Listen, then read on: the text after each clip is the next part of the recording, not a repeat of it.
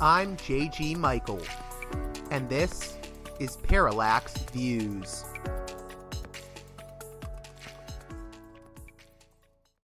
Hey there, Parallax Views listeners. Before we begin this edition of the program, and it will be a special edition, I need to remind you this show is almost entirely listener-funded, with the exception of my one sponsor, Mike Swanson of WallStreetWindow.com. So, if you can, please consider supporting me on Patreon at patreon.com/ParallaxViews. $5 tier and above gets the Parallax Vlog. It's a long-form, monthly show that C. Derek Varn of the Varn Vlog and I do, where we talk about a number of different topics, current events, movies, the works, and I think you'll enjoy it. Also, you can get a producer's credit at the $10 and above tier, or if you want to just help the show out, give $1. And with that $10 and above tier, I should note, if you haven't heard your name in the producer's credit, just email me at parallaxviewspod@protonmail.com, and I will rectify that. There's been some issues with that. I've mentioned it in previous episodes. I haven't always got updates in regards to who is in that tier now. So please keep that in mind. Email me at parallaxviewspod@protonmail.com if you have any issues.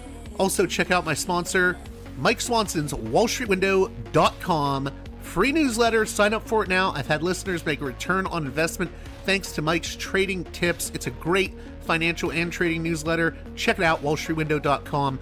Now, on to this edition of the program. It's a special edition, 4 different interviews, all dealing with the anti-war movement and the suppression of anti-war voices and anti-war dissidents in the age of Trump 2.0. First up, we'll be hearing from Medea Benjamin of Code Pink, who's been in the news lately. She's been targeted by the Trump administration. We'll get into that. This is a big interview for me, at least, because Code Pink has been around since I was, in high school watching the Iraq War unfold. They're a huge name in the anti-war, pro-peace movement. So let's get to it with Medea Benjamin as we discuss the attempts to intimidate her and others in the anti-war movement. As you'll recall, a week or so ago, she had a run-in with Representative Paulina Luna, and we're going to be talking about that in the conversation to follow. Let's get to it. Welcome to Parallax Views, a guest that I'm very, very happy to have on. I'm surprised she hasn't been on the show before. I'm so excited to be speaking with her. I've been a big fan of her activism dating back to the Iraq War when I was still in high school. I'm talking with one of the founders of Code Pink, Medea Benjamin, and we're going to be talking about the attacks by the Trump administration on dissident anti-war voices. And I know Medea has dealt with a lot of that recently. How are you doing? I'm doing great and wonderful to be on your show. I have been a fan of your show, and it's great to be on. If you could you talk a little bit about what has been happening recently? I know the news with you and Representative Paulina Luna has been in the news, but even before that, Code Pink has been dealing with, I guess, getting subpoenaed for activities related to going to Cuba. I know Hasan Piker is another one that's been targeted. What's the story on that for listeners that may be unfamiliar? The truth is that we were never subpoenaed. Hasan Piker didn't get anything. We at Code Pink got a letter from the from the Treasury Department. It's from the Office of Foreign Assets Control, known as OFAC. And it's a letter with a lot of detailed questions that they want us to answer about a trip that we helped to organize in March. That was a massive trip. We had on our charter plane 170 people, but in the end, when we got to Cuba, there were over 600 people from around the world who came. And we came there because of the terrible, catastrophic situation in Cuba right now. And we brought about $600,000 worth of medicines and medical supplies to the pediatric hospitals. We had heard about the increase in the infant mortality rate in Cuba, which is just devastating. And as a result of going there and providing humanitarian aid to try to keep babies alive, we've been targeted by the Treasury Department. And this is pure intimidation. I mean, they are asking for all this detailed stuff about everything that we brought, who we gave it to, what we did every hour while we were there, everybody who went, all these details. And these kind of letters, you people used to get them maybe a decade ago, but it's been quite a long time since people have been getting those letters. And I just also want to say that they're barking up a tree to try to intimidate us and everybody else who goes to Cuba because we didn't do anything wrong. We stayed in the one of the only hotels that the U.S. government says you're allowed to stay in. We went under one of the categories providing aid to the Cuban people. That is one of the ones that you're allowed to travel. And so we understand that the trip was totally legal, but nonetheless, we have to hire lawyers, we have to spend a lot of staff time, and it's not fun.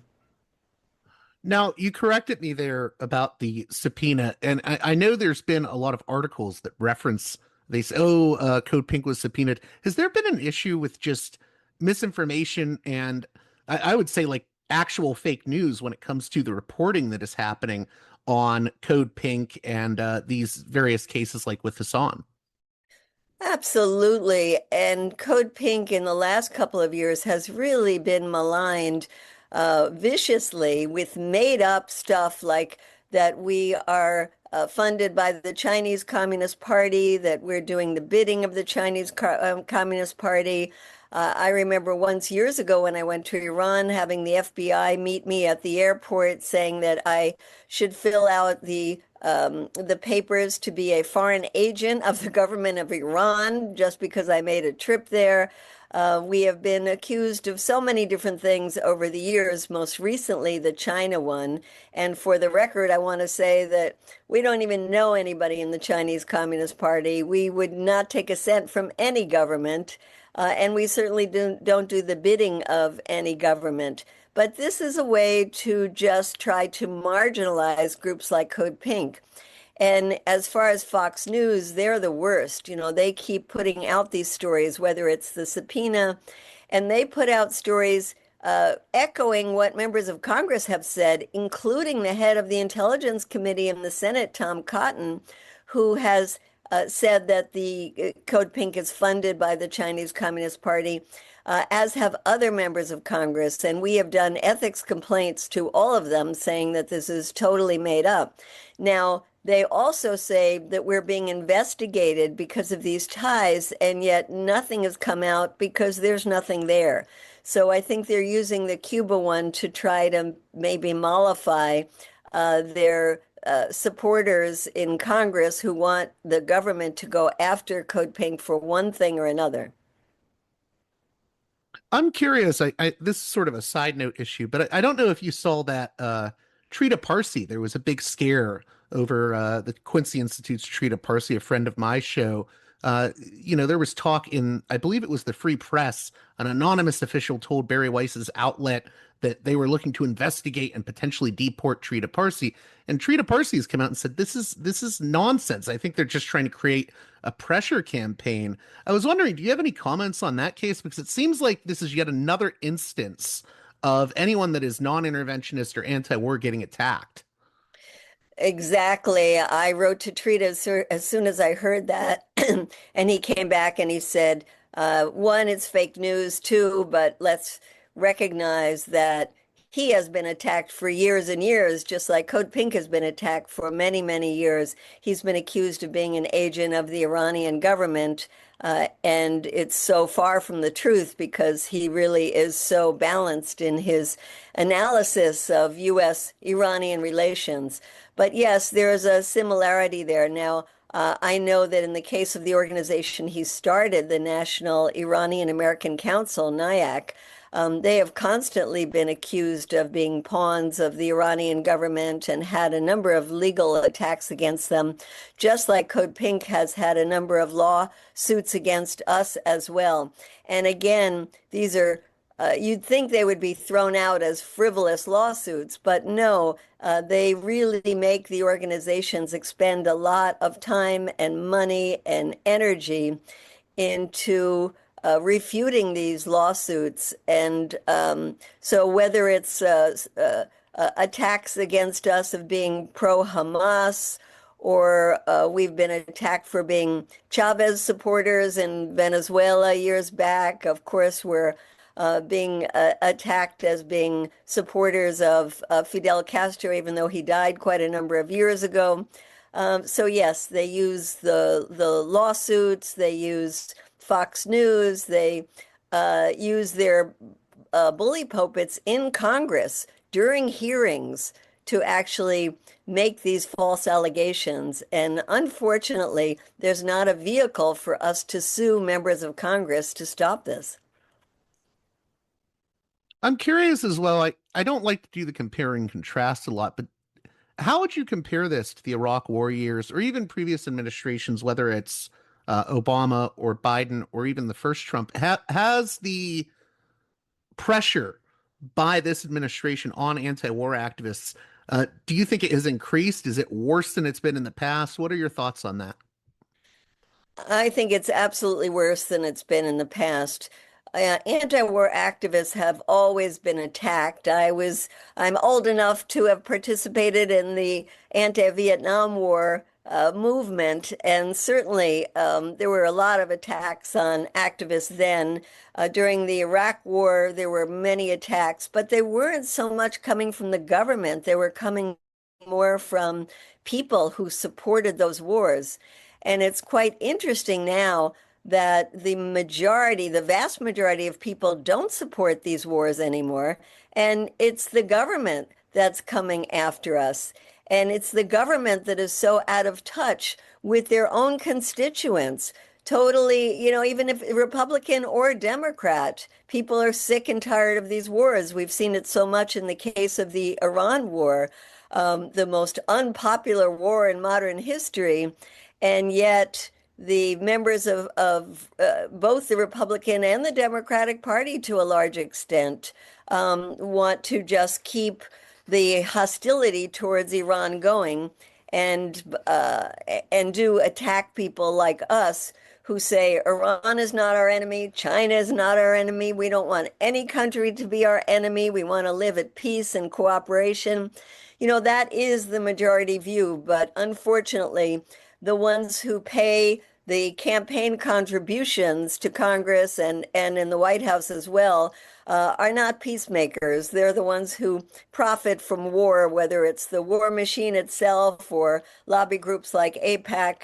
They're the ones whose voices are unfortunately much louder than the voices of the peacemakers. Now, are you able to talk about the incident with Representative Paulina Luna?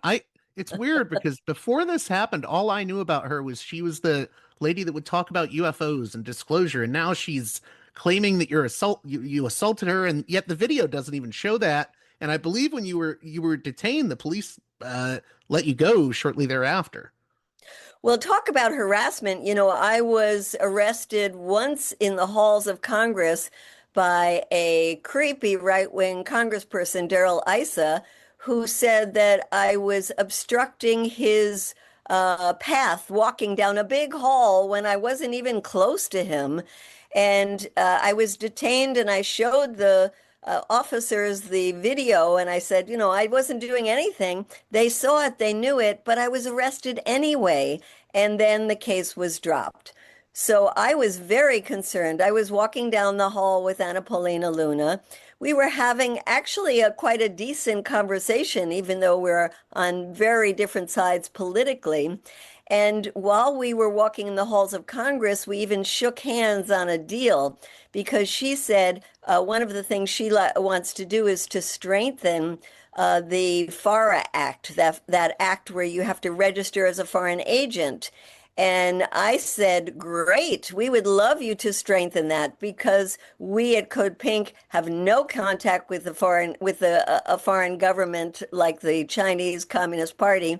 But groups like APAC would then have to register as foreign agents. So we shook on it, saying, yes, she should do that, strengthen the FARA Act. And then she walked outside, and I continued walking with her and talking with her. And then we started to talk because she had just been in a hearing where she had maligned Code Pink. And so we started talking about other things like Cuba. And at one point, she made a really, really silly comment, and my hand kind of gestured and You brush her inadvertently arm, basically. touched her Yeah, sleeve right. inadvertently. And she immediately went, oh my God, you touched me. And I said, oh, I'm sorry. And she said, if you don't leave now, I'm going to call the police. I mean, suddenly the tone changed. We were having a very civil conversation. And I said, oh, I'm sorry. I'll leave right now. And I left. And then she called the police, had them come and find me, surround me, hold me there. And I was thinking, oh my God, I'm going to be arrested for inadvertently touching her sleeve. She went out on media saying that she had been assaulted by me, that I was violent. I mean, it was just insane. So anyway, when anybody saw that video, especially when we played it in slow motion, people would really just laugh about it. And there were a lot of funny memes that went on social media about her being all beaten up and having to go to the hospital and things like that. But it was just, again, an intimidation tactic. I was gonna say, so did she come back out after? Because I thought I saw a picture of her grabbing your head, or was that another representative? That was another representative, and it was very funny because 10 minutes after the police said, okay, you can go, another very conservative representative, Maria Elvira Salazar, who's very much in favor of changing the government of Cuba, came up and we started talking. And at one point, she said to me, you drank the Kool-Aid of the Cuban government. And as she said that, she put her hands on my head like this. And I didn't think of it as anything malicious. I thought of it as just, that was her way of gesturing. But I put it up online to show that people touch each other all the time. And there is no intent of assault. I wanted to ask you more about that, the intimidation tactics, that word you used, because I think really what this is all about, it's about scaring people, especially younger people that haven't necessarily been involved in activism before. It's about discouraging them from getting involved in activism. You've been involved, you've been in the trenches, so to speak, with this activism. So I don't think you're easily scared by this type of intimidation. What do you say to people that maybe don't have that experience? They're just wanting to get involved in activism and they're looking at it and saying, well, I don't want to be attacked by the government, or I don't want this administration to come after me. What would you say to them about these intimidation tactics and how to not necessarily even brush them off, but how to sort of stay in the game despite the intimidation? I would say that we have to be involved, especially at a moment like this, where if we just let our government take over, then we're not going to have elections in the upcoming congressional elections. We're not going to have presidential elections. We're going to have a totally fascist government that controls our lives. That's why we've got to step it up. And this thing about endless wars, there are endless wars because not enough of us get involved. I mentioned that we are the vast majority of people, according to opinion polls, but if you don't get involved, that voice doesn't get heard. The voices of those who profit from war get heard. So we have to get involved. Now, I would say that if you haven't been to protests, come out to protests. If you step up one level up from what you have been doing, or if you haven't done anything, get involved. Look for a local group you feel comfortable with. There are so many different organizations you could join. Code Pink has chapters all over the country, and we would love people to join them. And it's important to put your toes in and test it out. And what you'll find is that you are suddenly surrounded by a great community of people who you want to hang around with. I know yesterday, when there was the caged fight outside the White House, when our White House was being used for a gladiator type fight. There was a Code Pink and other groups came together to do a collective picnic and say, feed people, feeding, not fighting.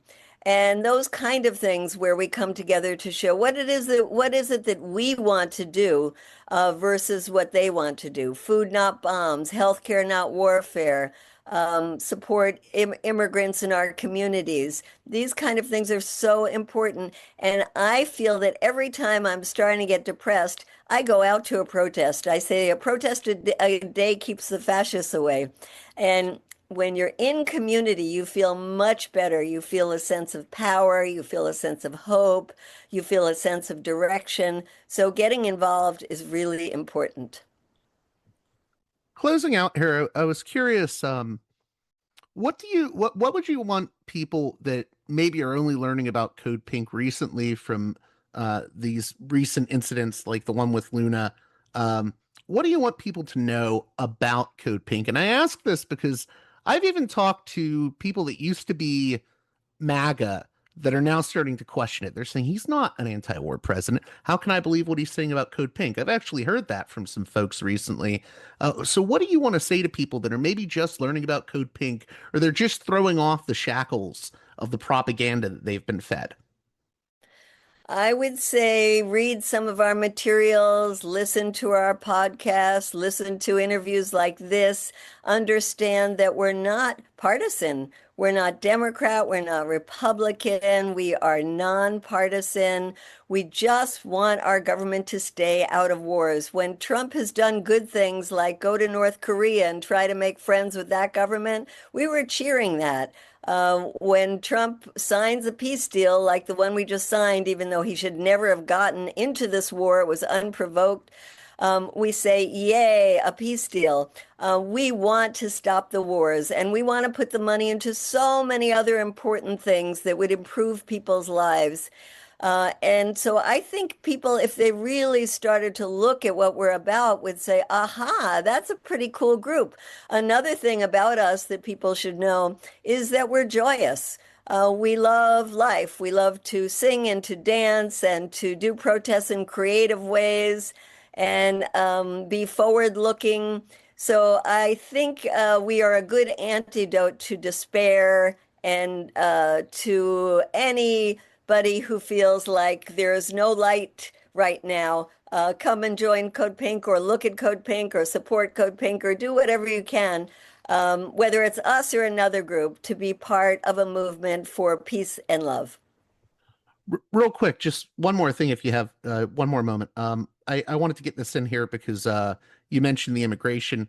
We're seeing this horrible stuff with ICE happening right now. Do you think there needs to be a link made between being anti-war and also opposing the horror that we're seeing here domestically?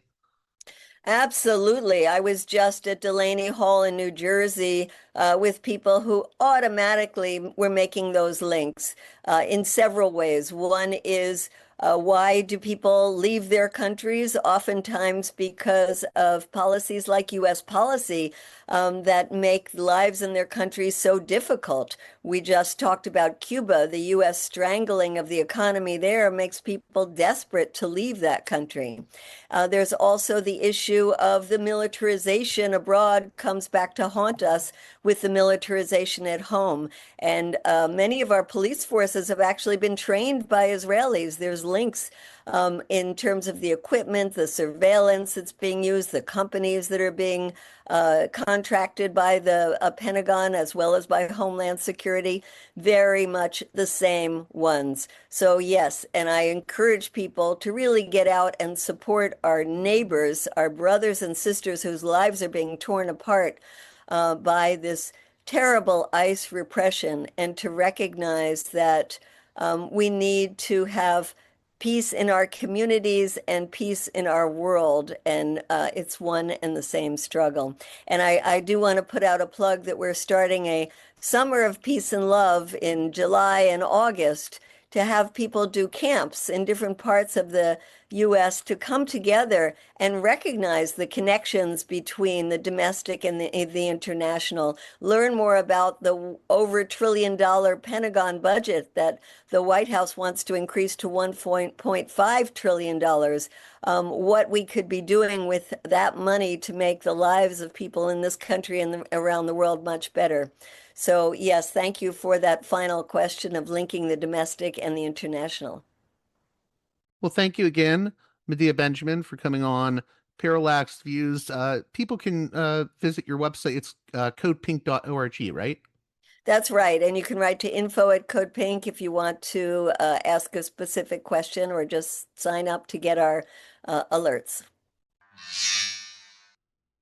Next up, we'll be hearing from Chip Gibbons of Defending Rights and Dissent to get a sort of big picture overview of the assault that is happening on not just anti-war dissidents, but dissidents more generally, and how it is not just an issue pertaining to the Trump administration, but actually goes back further.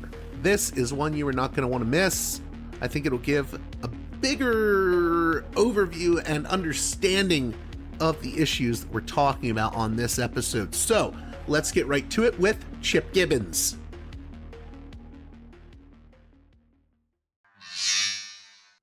Welcome back to Parallax Views. I guess that I'm very, very happy to have back on the show Chip Gibbons, Policy Director at Defending Rights and Dissent. How are you doing? I'm doing well. How about you? I'm doing as well as could be. It's scary times we're living in, and I wanted to have you back on the show because I'm doing this whole episode with various guests discussing the sort of assault on dissent and free speech we see with regards to the Trump administration, and also just the attacks on anti-war protesters. But I think it's much bigger than just attacks on anti-war protesters. What do you make of what's been happening in this first year of the Trump administration? Well, I mean, I think they're very interconnected, right? Donald Trump, in spite of the fact that he had a bunch of weird podcasters on the campaign trail saying he was pro free speech and anti-war, is very pro-war and very anti-free speech, as I think most people knew, but who knows? But, you know, he inherited an attack on free speech from the previous administration that was aimed at opponents of the genocide in Gaza. Under the Biden administration, we saw the sort of worst attacks on free speech since the early days of the Bush War on Terror. Now, Donald Trump has taken that and said, I can make it even worse. Let's go back not to the Bush years. Let's go back to the McCarthy years. Let's go back to the Palmer raids. And that's not just my opinion. In some of these cases about politically motivated deportations, we've seen federal judges say this is reminiscent of the first and second Red Scares. And, you know, initially the attacks were on non-citizens who had supported Palestinian rights, who had opposed to genocide, very much picking up the baton from the previous administration and escalating it. And Trump is clearly seeking to expand that beyond just anti-war, anti-genocide protesters and is attacking the left broadly. We see that with the ridiculous executive order declaring Antifa, which is an ideology of the group, a terrorist organization. We see that in NSPM 7, the National Security Memorandum number 7. We see that in the series of indictments against activists who have engaged in civil disobedience or nonviolent direct action that treats those as very serious felonies and then uses conspiracy liability not only to incorporate acts of civil disobedience that, yes, are technically unlawful, but to turn clearly protected speech into overt acts in a conspiracy. We also see that with the use of the Espionage Act, a topic that's near and dear to my heart, to sort of not just prosecute whistleblowers, something that was started by Obama, but to surveil journalists. You haven't seen any journalists indicted, but you've seen journalists have their homes raided. You see in this indictment of Courtney Williams, who is a source for Seth Harp's excellent book, The Fort Bragg Cartel. You see clear evidence they were surveilling Harp's communications with her. So you see this sort of growing war on dissent. And, Trump is, I think, more inhospitable to dissent than his predecessors. I think he's more authoritarian than them, but he's using tools that were gifted to him, and he's escalating attacks on speech that were already going on. You mentioned the Espionage Act. Can you speak a little more about the history of that and how it's being used today? Well, the Espionage Act was passed, I believe, June 15th, 1917. I say that because it's June 17th, 2026. I had to think about the year. Almost 109 years of the Espionage Act. The Espionage Act is one of the worst laws in U.S. history. It was initially used to criminalize free anti-war speech. It did so using very bizarre legal theories that have been mostly rejected for the last half century, although maybe I'll make a comeback in the Trump years.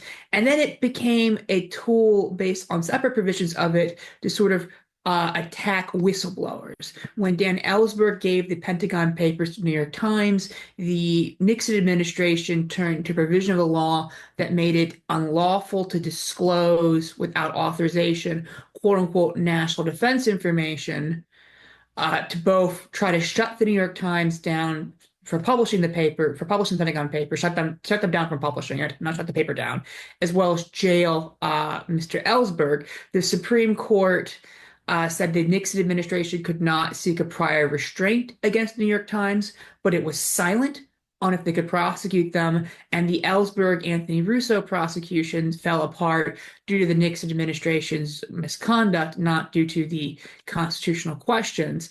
The law sat mostly dormant until the Obama administration revived it with an unprecedented war on whistleblowers. And then Donald Trump, during his first term, brought a prosecution against the journalist Julian Assange, something the Obama administration was under immense pressure to do by the CIA and the FBI. And for all their many crimes, faults, and failures, they refused to budge on this one, which was, I think, to their credit. And then the Biden administration, legitimized the Trump indictment of a journalist, Julian Assange. And now we have this law, and it says, unauthorized disclosure of national defense information. What is national defense information? Law doesn't define it, generally believed to be classified. What is an unauthorized disclosure? Well, if I'm a whistleblower and I talk to a journalist, they're not authorized to hear the information. The law also criminalizes the receipt of it. So technically, the journalist, by receiving the information, has also possibly broken the law. And, if you publish the information as a journalist, that's breaking it. And if you just share a New York Times article on social media, you could make a case that that's breaking the law as well. Representative Rashida Tlaib, to her credit, has a bill, the Daniel Ellsberg Press Freedom and Whistleblower Protection Act, that I helped draft that would fix these problems. I don't have a lot of optimism with the U.S. Congress, but I'm very heartened that we have members like Rashida Tlaib who are taking a brave stance for the First Amendment. So the Espionage Act has been one of the worst laws, and historically, it has been used against anti-war speech, both when it was used to criminalize protesting World War I, but also when it's been used against whistleblowers, right? Dan Ellsberg was exposing the Vietnam War. The Chelsea Manning was exposing the Iraq and Afghanistan wars. Julian Assange was exposing the Iraq and Afghanistan wars as well. So historically, it has been a law used to penalize people who have been exposing some aspect of U.S. foreign policy. Now, in terms of the wording that's used to go after dissidents, it's interesting. I wanted to talk about this in relation to National Security Presidential Memorandum 7, NSP M7, as you mentioned. It seems like what's done is this very vague language is used. Vague to the point of, what does this even mean? Extreme gender ideology, I think, is one of the terms that gets used. What does that even mean? Can you talk about this sort of vague language and the NSPM 7 more generally and how it ties into all of this? I mean, the vague language is inherently problematic. I have no clue what extreme gender ideology is. I don't think the person who wrote it knows what extreme gender ideology is, but it's made worse by the fact that NSPM7 taps into another long-term trend, which is that counterterrorism in the US is based off a preventative model. So the FBI has guidelines that are designed, this is post 9/11, obviously, that are designed to facilitate them like disrupting, preventing terrorism. John Ashcroft and our great hero, Robert Mueller, who covered up the investigation into the Saudis' role in 9/11, they sort of used 9/11 to sort of restore a lot of the Hoover type actions to the FBI. And they did this using this theory that the FBI was no longer a law enforcement agency that prosecuted terrorism after it happened, but was a national security agency that would prevent terrorism before it occurred. And of course, everyone wants to prevent a violent act like 9/11, which left 3,000 Americans murdered before it happens. But the theory here is that terrorism is a political crime. It's distinct from other violence by the political speech of the offender, and that if we find the offender based on their speech, we can stop them before they act. So what the FBI does is they go and look for people based on their speech. And they say they don't do that, but that's factually what they do, right? They have these definitions of terrorist. One of the big ones is anarchist extremist, someone who is a violent extremist because they don't like capitalism, corporate globalization. They've not updated the definition since the World Bank protest. It's quite fascinating. Hierarchies, racial, social, economic hierarchies. And, you're told that's the enemy.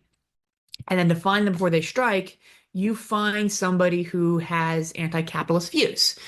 And the guidelines enable this through their sort of preventative investigations. The other thing to remember about FBI terrorism investigations is that they're largely carried out through the FBI Joint Terrorism Task Force. And the FBI Joint Terrorism Task Force work for the FBI, but include non-FBI agents. In many cases, they're local police. So, and you have them Real all quick, I was gonna say, Yeah. there isn't there a big thing with they're deputizing like thousands of local police officers and sheriff Yes. deputies? That's Okay. what basically the Joint Terrorism Task Force, if you're a local police officer and you're assigned to the Joint Terrorism Task Force, you're called a task force officer. You carry out FBI terrorist investigations. In most cases, you operate under FBI rules. This is quite controversial because most police have regulations on them that would make following the FBI rules, which are quite loose, illegal, which is fascinating. Um, and so they expanded their scope. They're also all over the country. I forget the exact number, but you're told full time to look for terrorism. There's not that much terrorism. You're told to find the terrorists before they strike. You're allowed to open a preventative investigation called an assessment, which does not require you to have reason to believe the person you're targeting is going to violate the law or threaten national security, right? The FBI can investigate you not just for violating a law, but for threatening national security. But you don't even need that to open these investigations. And now you're told the person you're looking for has radical gender ideology. So you're basically telling some sheriff's deputy in Boise, Idaho, to go and find people with radical gender ideology. You don't define that, so they get to define. And I don't want to pick on the sheriff's deputy of Boise, Idaho, but I'm not sure how they're going to interpret this commandment, and it's going to be quite broad. So, in terms of everything we're seeing, I mean, it's almost hard to keep up with all the various assaults on free speech. I mean, we've had campus activists be targeted, Mahmoud Khalil. We're seeing Code Pink's Medea Benjamin and Hasan Piker being targeted because they visited Cuba. You mentioned Seth Harp. I'd like to talk about that a little bit more. So you have journalists, activists, student groups, everyone is being targeted. What can the American people do to push back against this trend? And I think it's worth pointing out that, Piker and Medea Benjamin are being accused of violating U.S. sanctions laws, and that, they're being accused of going to Cuba and violating the sanctions. But the sanctions laws are both a tool for punishing speech and have broad free speech ramifications. Look at Francesca Albanese, who has been sanctioned for basically reporting on U.S. corporations' complicity in a foreign apartheid state, Israel's genocide. And it isn't just that she can't use a credit card, which is quite terrifying. She can't pay her rent. It makes it a crime to engage in coordinated advocacy with the sanctioned party because coordinated advocacy is considered a service. So if I wanted to work with Francesca Albanese and coordinate my own advocacy for Palestine with her, I'm now breaking a law. I'm breaking the sanctions. And there's serious questions about whether or not hosting someone for a Zoom meeting, because Zoom is now providing services, would break the sanctions. And you see from these extreme Zionist groups attempts to get Amazon to take her author page down because they say by selling her book or just having an author's page on their website, they're providing her with services. So these sanctions have very broad effects on freedom of speech, and that's something that needs to be targeted and like changed. What can the American people do? I mean, I think speaking out, I think standing in solidarity with those who are attacked, I think making sure we don't let them take our free speech rights away, and I think really pushing the Congress to like change some of these laws. I mean, Rashida Tlaib, 100% we should be backing her in opposing the Espionage Act or reforming the Espionage Act, I should say. And I don't just say that because I wrote the bill, but you know, a lot of these tools were heavily criticized a long time ago, right? George W. Bush was quite bad for free speech. And we all said, you know, we're going to stop this. And then we don't take away any of the tools he used when Obama comes in. We normalize them. When Trump leaves, we cannot keep normalizing the Espionage Act. We cannot keep normalizing the FBI. We have to go and actually dismantle the national security state, right? The business where we were all upset about Bush's attacks on free speech, and then we allow the tools he used to do this to remain in place and normalize those attacks and expand them was a huge mistake, and it paved the way for Trump. So, since you mentioned, or we both mentioned Medea Benjamin and Hasan Piker, can you explain? I want to understand this. So they went on a humanitarian aid convoy to Cuba, and this violates, I guess, U.S. sanctions and or travel. How does that work? Like, why are we not allowed to have an aid convoy that goes to Cuba? I'm not an expert on this Okay, precise okay. aspect of the sanctions law. I don't want to speak on a topic I don't know too much, but obviously, one of the really disturbing things that happened in the 90s was that we allowed people to criminalize humanitarian aid. And obviously, Cuba goes back, before then, but there was a series of discussions and debate about whether or not if you had armed groups that engaged in unlawful acts, but also had political wings, also had humanitarian wings. This is most in the Palestinian context. Could you aid their political wings? Could you aid their humanitarian wings and, be within the realm of the law? And there was a huge attempt by the Reagan administration to deport 8 activists, 7 of them were Palestinian, for giving basically humanitarian aid to Palestinian groups and for speaking out for them. And, initially it was believed that their actions, had they been citizens, would have been protected by the First Amendment.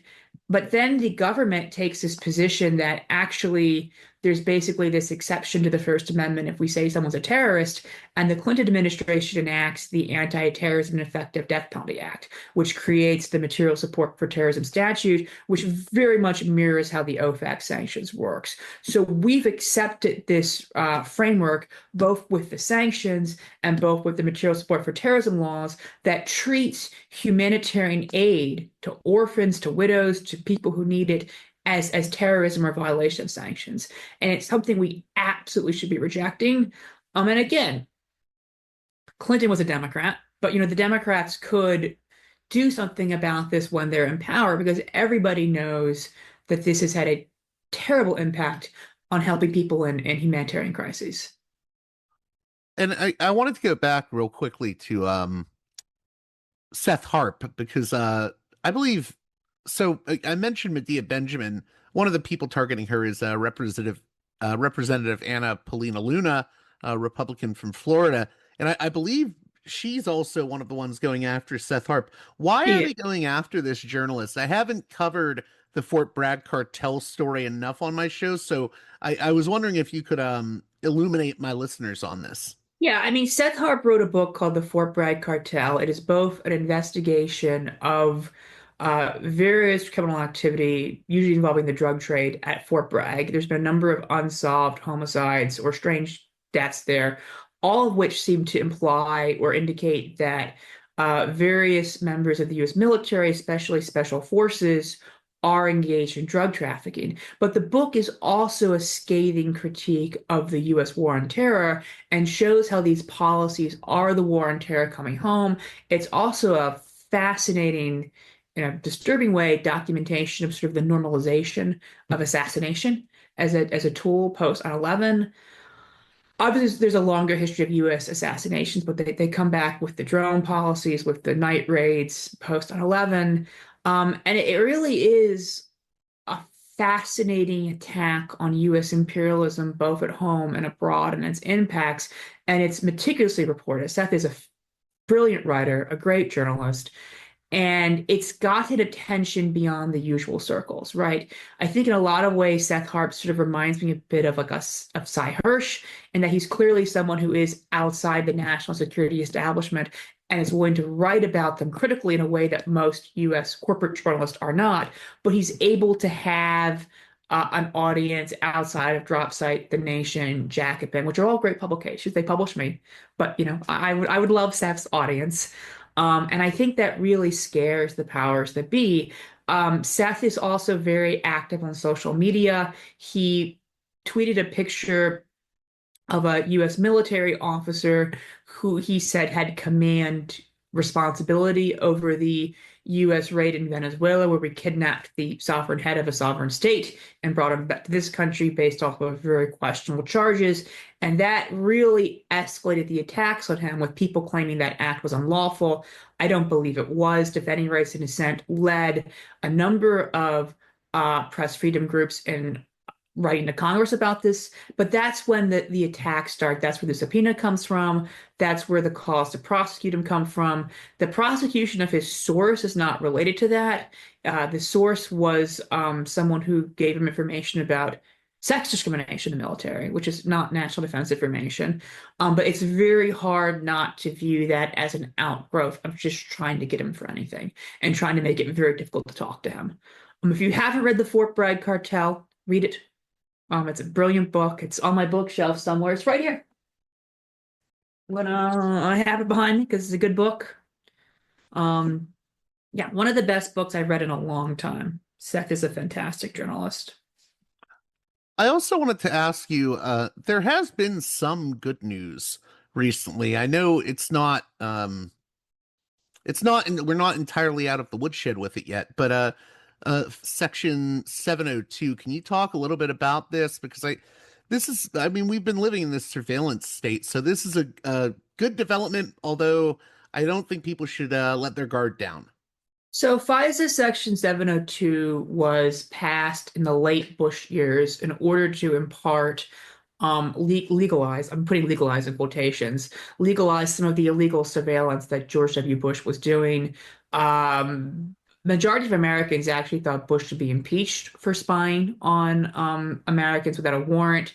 The leadership of the Democratic Party worked with the Bush White House and Republicans to pass this expansion of FISA over the majority of their own over the objection, the majority of their own caucus. It's really one of the worst examples of the Democratic leadership, both betraying their party, their base, and the country in order to work with a Republican to like smash civil liberties. Section 702 is supposed to be a purely foreign tool. It's supposed to be about intercepting collections of foreigners overseas, which is why we're told, does it matter? You don't need a warrant. But what happens is that while you can't use 702 to target an American on purpose, you can keep the communications if you incidentally, that is by accident, incidentally collect them. And then once you have those communications, you can access them without a warrant. You can search them. There's like a whole database, and people have described people just searching them like they search like a Google search. So, someone could access the 702 database and say, I'm going to search for Chip Gibbons, and I'll get everything in this communication that mentions Chip Gibbons, my communications about me that are in it. without ever getting a warrant. And if you want to access my phone communications, you'd have to get a warrant. But because it was collected incidentally, you don't need one. There's been a big push over the years to add a warrant requirement. I think that's very necessary. This comes up for renewal every so often. I'm blanking on the exact number of years. And there's always some belief that this sort of coalition of principled libertarians, Republicans, there's a few of them, not as many as there used to be. The weird MAGA people who don't have any principles but are mad about FISA because they believe, some sort of deep state conspiracy against Trump, which I'm separating out from the Republicans like Rand Paul or Thomas Macy, who I disagree with, but have a principled objection to surveillance. And then you have the progressives, right? And this fact that there are people in both parties who aren't in leadership but are deadly opposed to this, dead set against this law, means there's a weird coalition that could block it. And there's always some finagling and wrangling at the last minute. Jamie Raskin, whose father was Marcus Raskin and was spied on by the FBI, and who was a longtime opponent of surveillance and supporter of the warrant requirement, voted against it. Last time it came up because the Biden administration put pressure on him. And then Mike Johnson, the Republican Speaker of the House, who'd been against 702, broke the tie and passed it. So they're always able to sort of put pressure on someone to sort of prevent being passed. Right now, the law is very much held up because of some of the other awful thing the Trump administration is doing. We'll see what happens. It should either be sunset completely. We existed just fine without the law. Or there should be a warrant requirement. Like, you should not be allowed to search my communications without a warrant because the NSA, quote unquote, incidentally accepted them. And the people searching the communications are not just the NSA, it's the FBI and stuff. And we've seen things like the FBI searching this foreign intelligence database for information about both Black Lives Matter protesters who were arrested, as well as J6 insurrectionists, rioters, whatever you want to call them. And that very much mirrors some of the abuses that the FBI was engaged in the 70s and 60s, where the NSA was collecting telegrams, which, that's way back when. And then the FBI was having them search them for information on political dissidents, mostly people they called racial extremists, fascinatingly enough, which is what they're doing now. And that was considered a huge abuse. And somehow we're back at that point, and no one seems to be noting that parallel. Just two more brief questions. I know I'm coming up against the half-hour mark, but I'll make extra time for you. I love Parallax. I'll make extra time for you. I appreciate that. I also wanted to ask you about this, the uses and abuses and misuses of this term domestic terrorism, because, I think a few months ago, Trump was saying we need to designate the recent attacks on Tesla dealerships and cars as domestic terrorism. It's not enough to just, go after someone for a crime of vandalism. They have to use the domestic terror guideline. Is this a worrying development? And I also, do you see it as connected to previous administrations? And what needs to change with regards to the use of this idea of domestic terrorism? What's even worse than the use of domestic terrorism is domestic extremism. The FBI and its internal program for domestic terrorism goes after what it calls domestic extremists, not domestic terrorists. And there's been some question as to what they mean by that. And part of that is, I think, because they can expand it beyond just terrorism. I don't have an information, but the FBI has had an extremely loose definition of domestic terrorism. The FBI also puts responsibility for enforcing federal riot laws and monitoring quote unquote civil unrest in the domestic terrorism division of the FBI. And again, terrorism is a preventative matter. We spy on them before they happen. So there's actually a Bush era FBI memo that instructs people to look for signs of protest, like signs, rallies, and monitor them, because there could be civil unrest, there could be rioting, and that's terrorism. So the sort of putting political speech in the category of terrorism expands the web of surveillance. Of course, the idea of terrorism, the idea of extremism, is defined by its political nature. So if you commit a horrific crime of violence but you have no political motive, you're not a terrorist. If you vandalize an arms manufacturer, you're nonviolent, but you throw red paint, you smash a window, you're a terrorist because you have a political purpose.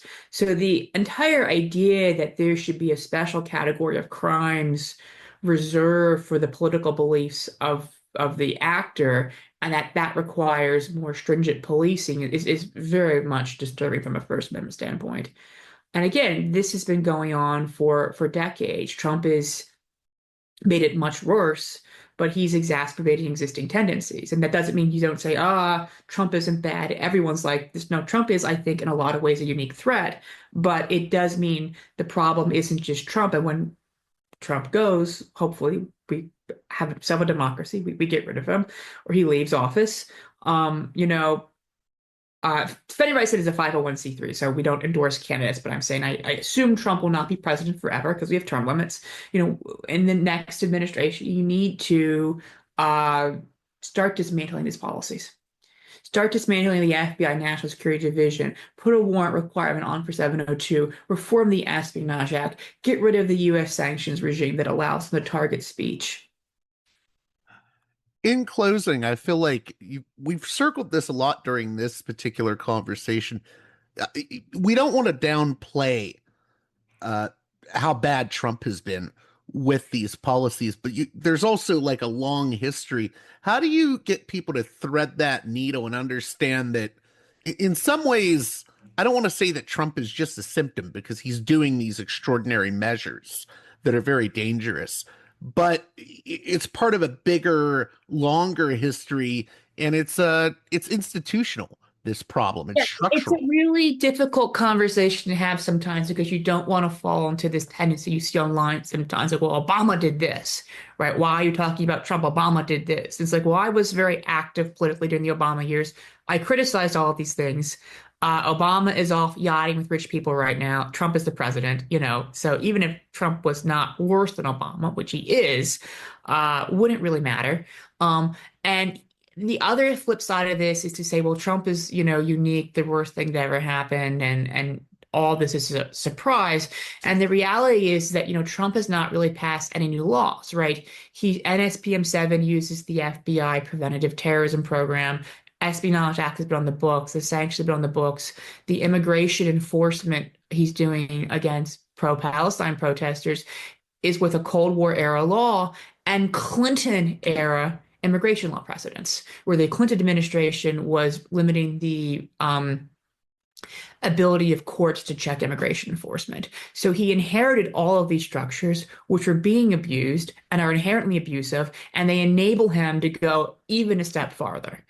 And I think you have to talk about, what is the bureaucracy of repression that Trump was gifted? What are the building blocks of Trumpism? And they're not, laws he passed. He didn't pass the Patriot Act or the Enabling Act or any of these things. He's going off of the laws that already exist. I mean, of course, they might try to make them even worse, but I mean, the situation for civil liberties in this country is quite bleak from a legislative standpoint. And Trump is able to exploit that bleakness. So how can my listeners keep up with your work and the work at Defending Rights and Dissent? And also, I want to thank you again for making time to come on the show. It's always a pleasure to come on the show. You don't need to thank me. I should be thanking you for giving me a platform. So Defending Rights and Dissent's work can be found at rightsanddissent.org. I am, for some reason, still on Twitter. I don't know why. It brings nothing but despair to my life. I'm at Chip Gibbons 89. I also have a book coming out in January of next year, The Imperial Bureau, the FBI, Political Surveillance, and the Rise of the U.S. National Security State from Verso. I've spent the last half decade working on it. I hate to plug my own book that's coming out, but I'm going to have you back on when the book comes out. Yes, I spent 5 years writing it. I sued the FBI 4 or 5 times while writing it to get documents. Please, someone read it. Please read it. It's funny. Publishing is in such bad shape. I joke I could make a 30-second TikTok with fake information that I made up with AI, and it would probably reach a bigger audience than the book I spent 5 years doing archival research and multiple lawsuits against the FBI for. But please prove my despair wrong. Read the book, and I will come back and talk about it. That's where you can find me. I'm Defending Rights and Dissent. Continuing our discussion on the anti-war movement and the attacks on anti-war dissidents, we're going to be welcoming back to the show David Swanson, a longtime anti-war activist, host of Talk World Radio, and he also runs World Beyond War. He's a tireless activist, and I hope you enjoy our conversation. Let's get to it with David Swanson.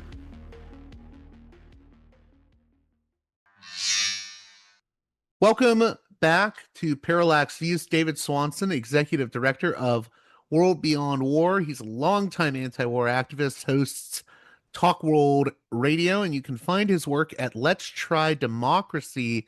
How are you doing, David Swanson? I can't complain. Probably will. How are you?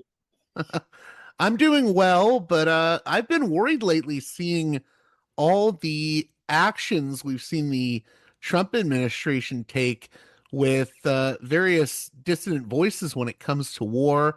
We just had a scare over Trita Parsi from the Quincy Institute being attacked in the Free Press, and allegations that the Trump administration was going to go after him. We saw what happened with Medea Benjamin of Code Pink and Hasan Piker because of their visit to Cuba. What do you make of what's happening? I know that this isn't new. Anti-war voices have always been attacked by the establishment, but this seems like a really worrisome trend, what's happening now. I don't know. It just feels like they're going hard. Well, it most certainly is worrisome and outrageous and horrendous and cruel and illegal in many ways. It does not compare with how people suffer in some other countries for trying to exercise free speech. Even countries like Iran that the United States is bombing, the people are so abused by their own government that they're still protesting it. And it certainly does not compare to what is done to the people under those bombs in all the countries that are being bombed and attacked. The friends of ours who have gone on flotillas to try to bring aid to Gaza have been attacked, in some cases killed, in many cases kidnapped and abused and let go. And what's been done to them does not compare to the horrors being inflicted on the Palestinians. But it is something that's being normalized. Western society is being Israelized. We are developing this habit of treating people as criminals and free speech as some sort of privilege. And you see the outrage around the world when soccer players are searched and treated as if they might be terrorists. And they don't seem to grasp that every single person in the United States is treated that way all the time. And they sit back and take it. A lot of what we're up against is from the U.S. government, right? You can't have anything to do with organizations in Cuba now, or you're threatened with some sort of penalty, possibly severe.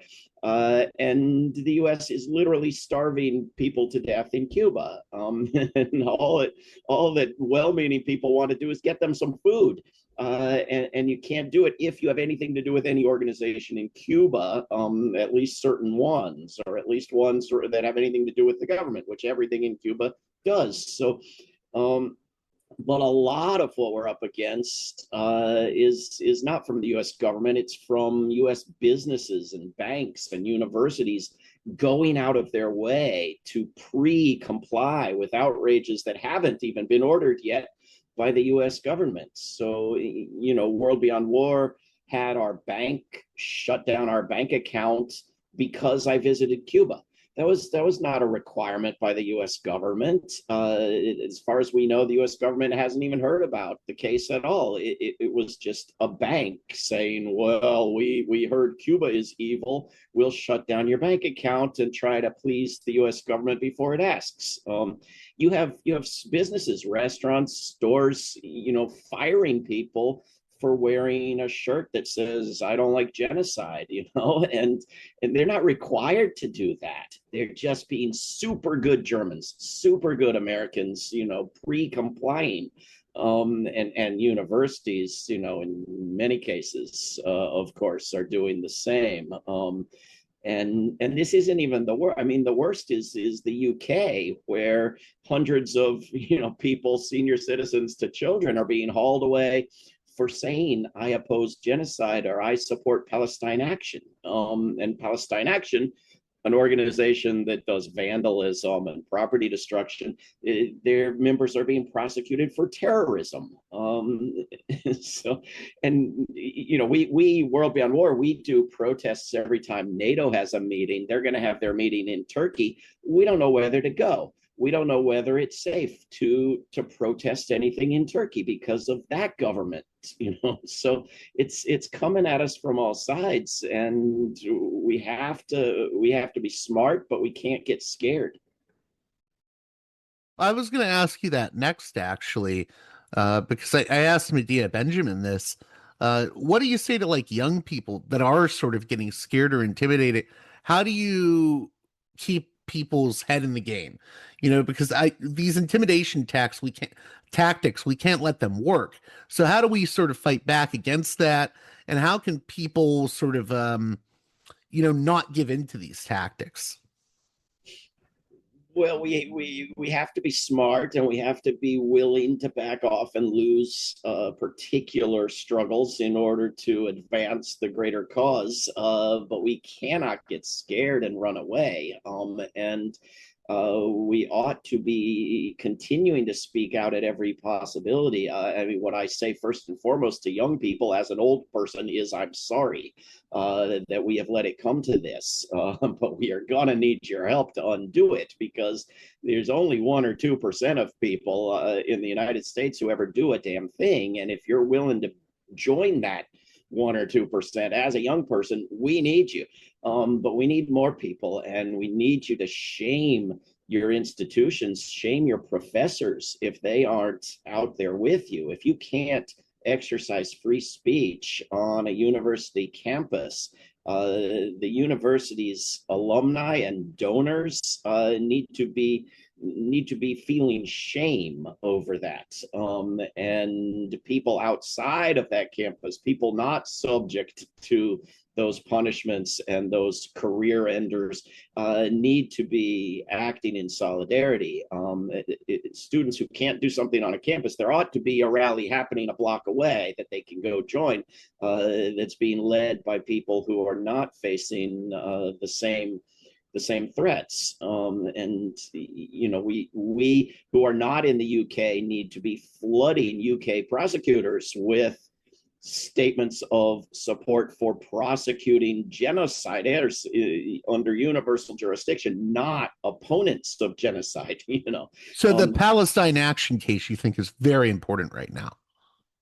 Well, it's not more important than everything else in the world. It's just something I have in mind at the moment because I'm working on a statement of solidarity. But it's an example of, if something is a greater risk in the UK and some people are willing to take that risk and some aren't, those of us outside the UK need to be violating that so-called law night and day, because the UK cannot arrest us. Same with, the case of Palestinians, etc.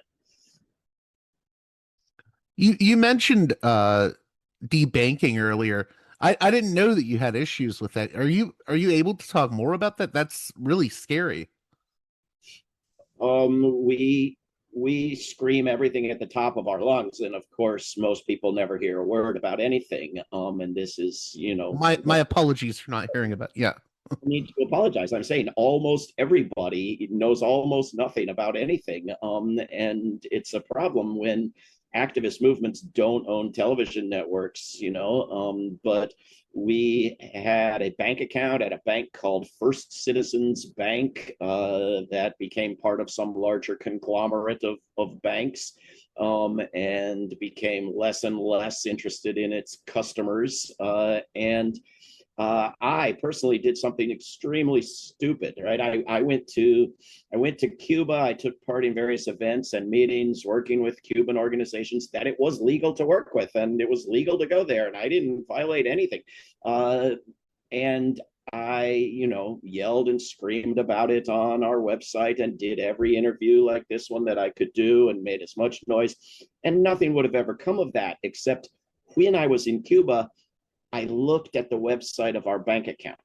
And that was the stupid thing. That's the thing you don't do, because your bank doesn't know what you're doing. You can send out press releases to every media outlet on earth. Your bank will never know what you're doing. But the minute you look at the bank account while in a country that's on a list of evil countries, well, then it knows and it panics and it accuses you of working for the Cuban government to try to destroy the United States of America. And it's absolutely bizarre. And so we got letter after letter and phone call after phone call, and tried to straighten this out with this idiotic corporate monster of a bank, and couldn't do it. And I went into the local branch of the bank.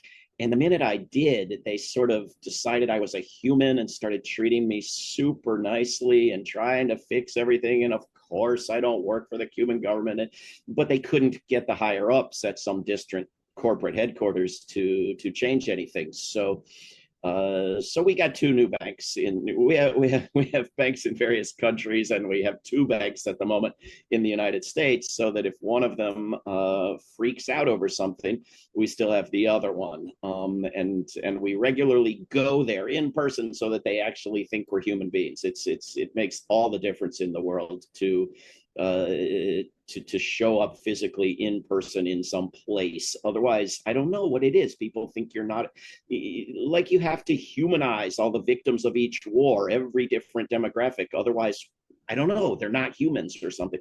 But we haven't had the worst of it. Other organizations have lost their bank accounts and the money in them, have lost their 501c3 status, have been punished in numerous ways, have lost the ability to use YouTube or Google or PayPal or other institutions that are very, very helpful and have virtual monopolies on things. So we've by no means been harassed the worst. Do you have any feeling on the state of, say, campus activism now? And is there anything that's heartening you about the amount of resistance we're seeing to the war agenda? And what do you hope happens in the future?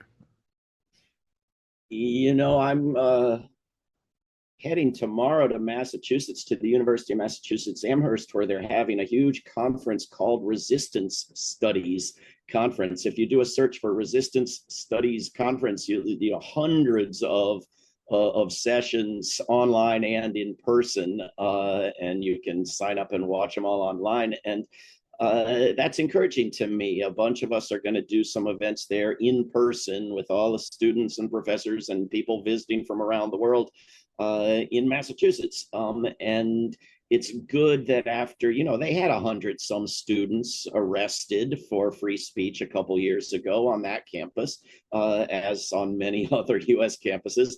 And they haven't completely backed off. They're, trying a few different things.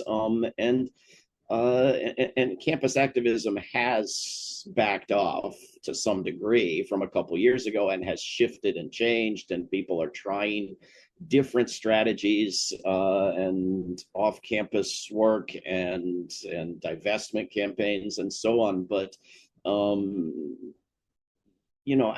I don't think that public opinion among students has changed so much as the visibility of the activism, and even the activism hasn't changed so much as the media coverage of the activism. And I think if we old people manage to give students an outlet for renewed activism, we will see a new wave of activism. But the biggest hurdle, the thing we're most up against, even now, still isn't the repression by the U.S. government. It's the false belief imposed by the U.S. government that we are powerless, that it won't work, that we won't change anything, and to some extent, I have the advantage of working for a global organization because we see victories here and there around the world all the time, and so we know victories happen. But you gotta struggle for them. You know, I talk to people in Bolivia, and they say, "Well, of course we're shutting down all the roads and closing down the capital. They promised us stuff in the last election, and they didn't keep their promises." But wait a minute, what? What? Like, I can't think of a single campaign promise ever kept in Washington, D.C., or a single time we all went and shut it down. Now, we have to go thousands of miles, some of us, to get there, and it's a lot bigger than the capital of Bolivia. But God, just imagine if people didn't sit back and take it, because, you know, not because they're committing the worst crimes on the books, but because they just didn't keep their promises. That's an incredible spirit of activism, and it's normal. It's normal. It's what people are doing in the Philippines right now. It's what people did a couple of years ago in Korea, shut down martial law. It's what people have done year after year in countries around the world, in Asia, in Africa. You know, people take to the streets and refuse to accept anymore and turn things around. And we are going to have to do that. And we can do it with success at the local level. And maybe those successes can persuade people. You know, we have this glitch in our brains that we don't think we can do something until we already have seen it be done, you know, and maybe more local successes can lead to national. You know, we have to hope so.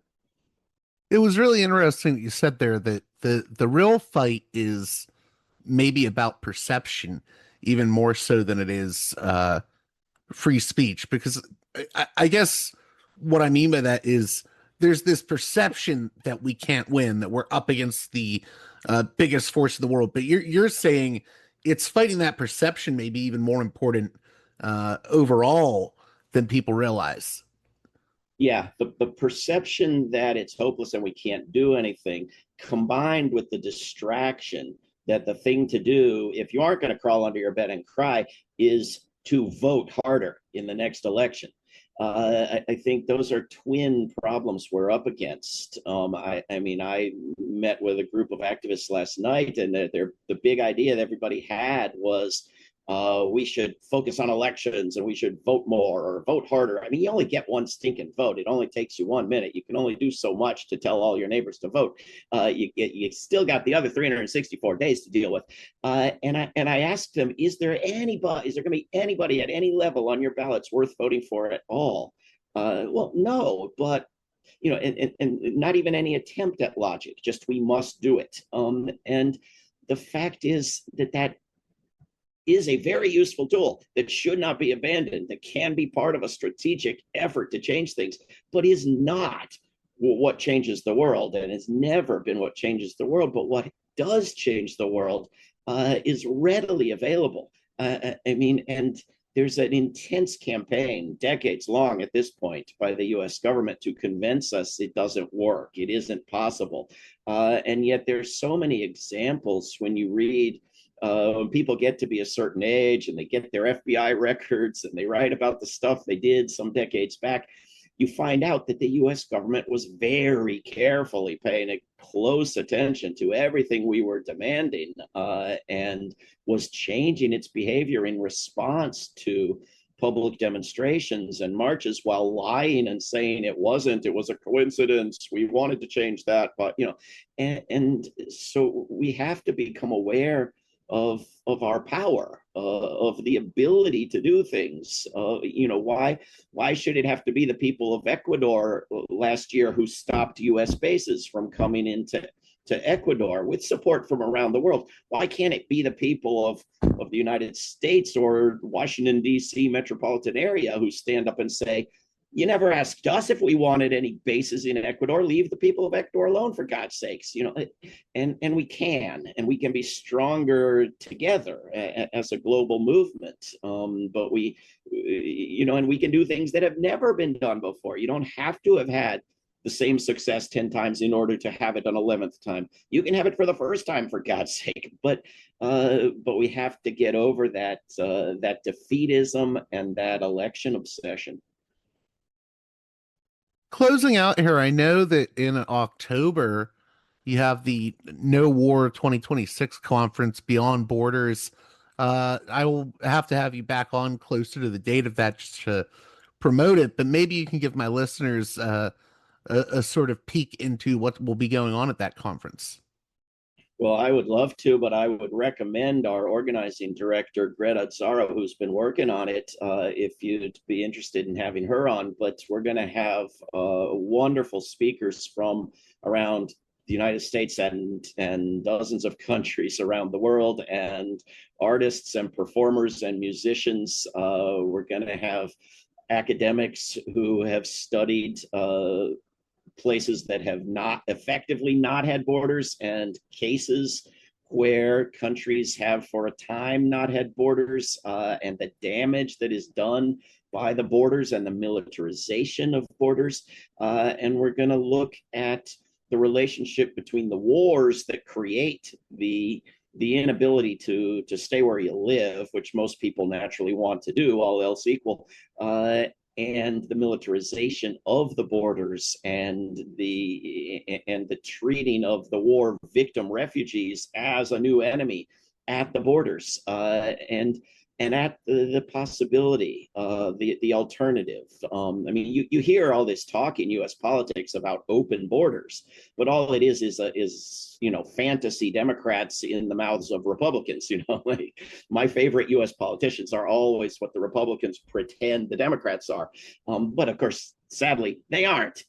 But getting rid of the borders, saves you not only the shame of abusing soccer players from the teams you want to lose, not only the incredible expense and the death and suffering of the militarized borders, not only locking children up in cages, but all the extreme hassle and the simple denial of the right, the basic human right to move. You don't choose your color of your skin or your gender, your sexual identity, and so forth, and so you shouldn't be discriminated against. Well, you don't choose where you're born, for God's sake, and you shouldn't be discriminated against based on where you're born. We should make as much of this planet as we still can, given the economic, the environmental destruction, livable, and we should let people live on it where they choose. And can you just let my listeners know how they can keep up with your work and World Beyond Wars work? Just website, books, anything that you want to plug right now. Worldbeyondwar.org is a good website. I also work at rootsaction.org and various others. My personal website is davidswanson.org, which has all my books and more than you could possibly want. And I was going to say, too, people should check out your, I guess you did a new commentary on War as a Racket. Yeah, a publisher in Europe asked me to put together some of Smedley Butler's old writings with some commentary of my own. And so I took his most famous remarks, War is a Racket, plus 5 pretty hard to find articles by him, one of which includes his most famous quote, which everybody wrongly thinks was part of War is a Racket. And I put all of that into a book with my own commentary about how much worse the racket has gotten. And I called it War is Still a Racket. And that's my most recent book. Well, thank you so much, David Swanson, for coming on Parallax Views. This has been a really great conversation, and I'm so happy you were able to participate. Me too. Thank you very much. And finally, in the final portion of our special edition Parallax Views covering the anti-war movement and the assault on anti-war dissidents today, and as we learned in previous conversations, it was a thing in the past as well, we'll be hearing from activist Angela Keaton of Antiwar.com. I'm very familiar with her work. I grew up listening to her radio show, The Liberated Space. She also produced the radio show of Scott Horton for some time.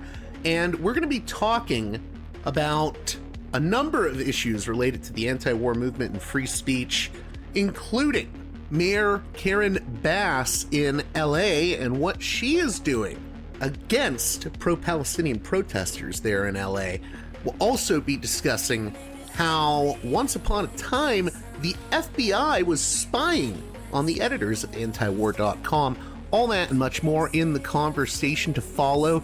I have to say, this isn't even the full conversation that I had with Angela. I'm probably going to post the entirety of it on Patreon at a later date because we went much longer than expected, and just for the sake of this episode I had to edit things and sort of keep it to a minimum. But you'll probably be hearing a longer form version of this episode very soon on Patreon if you're a $5 and above tier supporter, so keep that in mind. With that being said, let's get right to it with Angela Keaton of Antiwar.com.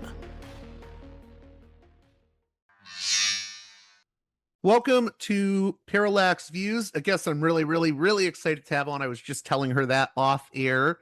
She's been a big influence on me. Her and Scott Horton, I listened to a lot during my days in high school and early college. Angela Keaton of Antiwar.com. How are you doing? I'm doing okay, apart from everything. So the reason I wanted to have you on was I think you could offer some insights into what is happening with regards to our civil liberties in this time of war and just imperialism. You know, Trump has done all this craziness with Iran. Hopefully, this is the end of it for now. Then we saw what happened with Venezuela. We see what's happening with Cuba. But, you know, it doesn't just stop abroad. This also usually comes home. And I think one of your mentors, Justin Raimondo, would point this out very often, that, you know, the wars abroad eventually come home with police militarization and attacks on civil liberties. Do you want to talk a bit about that? Well, I have been personally very lucky because I've been hiding from the world for the past several years. So I have not personally had any recent bad interactions as an anti-war activist, but it's well, I mean, it's always been somewhat dangerous to be an anti-war activist. The war is the most important thing the state does. You're really ruining the state's major source of business and importance and how America keeps its status and power in the world. So when you're challenging that, you're doing the worst thing you possibly can do. But none of this is new. We're much more aware because we've had now 20 years of access to things like Facebook and Twitter. So we can see activists in real time. It has definitely gotten worse over the past 2.5 years, since October 7th of 2023. The crackdowns on all kinds of protesting, both at war abroad and war at home in the form of ICE are daily. I mean, that's normal. You mentioned Medea Benjamin recently was attacked by Paulina Luna, who claimed that Medea attacked her. Of course, if those of you who've seen the video, that's not at all what happened. But it's not hardly the first time Medea Benjamin's been chastised or politically penalized or punished for saying absolutely normal things that many voters would probably agree with if they knew exactly what was going on. Lots of women have been manhandled by cops during these protests, whether it's been young college girls or people as prominent as Dr. Jill Stein. So it's very dangerous. That's if you can still protest. I live in Los Angeles most of the year, so Karen Bass, who was once a member of Students of the Democratic Society, is now LAPD's best friend, and she's the mayor, right? She's the mayor, and it has been. It's more or less illegal to protest the occupation of Palestine in Los Angeles, and has been so now for the past two years. She worked heavily with white supremacist Zionist groups, and of course the obvious one being LAPD, to make absolutely certain that she could look like the good guy by occasionally making some banal complaint um, about LAPD, but she's basically has arranged it so that it's illegal and you can be roughed up by non-state actors in LA. There are private vigilante Zionist groups that were on UCLA campus and in other places. So yeah, if you can protest, it is dangerous. But in some cities, as like mine, you really can't do much at all. I spent a lot of time in the year also in Florida under the regime of Ron DeSantis, and here BDS is illegal. Right. It's an absolute assault on free speech. And I do think there is a connection between our civil liberties here and, again, what we do abroad in the name of war and the war state. I was wondering if you could expound on that a bit, because I think some people forget just how much the two things are related. Oh, it's entirely related. Going back when I was really young in my teens, I somehow got it in my head that it would be a good idea to work with neoconservatives on free speech issues. This was the beginning of speech codes and hate speech. The problem with being a teenager is sometimes you can't always read people's motives very well. And neoconservatism being the North American intellectual backing for Zionism, um, always knew how to surf Americans' ambivalence about the First Amendment. And people are very, very ambivalent about the First Amendment. I mean, people will say they believe in free speech, and in the abstract, they do, or they think they understand that there's a principle there, but actually applying it. And then we were doing surveys 40, 50 years ago showing that the average person has difficulty applying the abstract principle of the First Amendment. Now, there might be some intellectual cases, and I've seen some communists make this case that there should not be free speech at all. There should not be a guarantee of it, but that's a very different argument than what most people are making. What they want are exceptions for their hurt fifis. Now, sometimes hurt fifis are part of historical grievances that are horribly violent and need to be rectified. And in other cases, it really just is people being emotionally weak.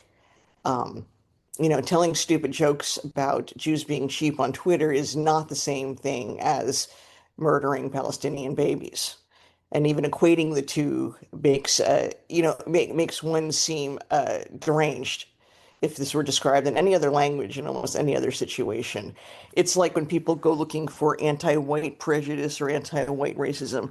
I mean, sure, there might be anti-white racism, but it's of zero consequences. And this is the same thing. It's of zero consequence that um, tasteless anti-Semitic jokes are told, as where there's a great deal of consequences in making Arab Christians invisible and the entirety of Islamophobia, which is not just, I mean, it's the word itself. People will try to play the game, the legalistic game of what does that word mean when broken down literally, but that's not what people are talking about. Everyone's very, very clear when people are engaging in Islamophobia and why they do it.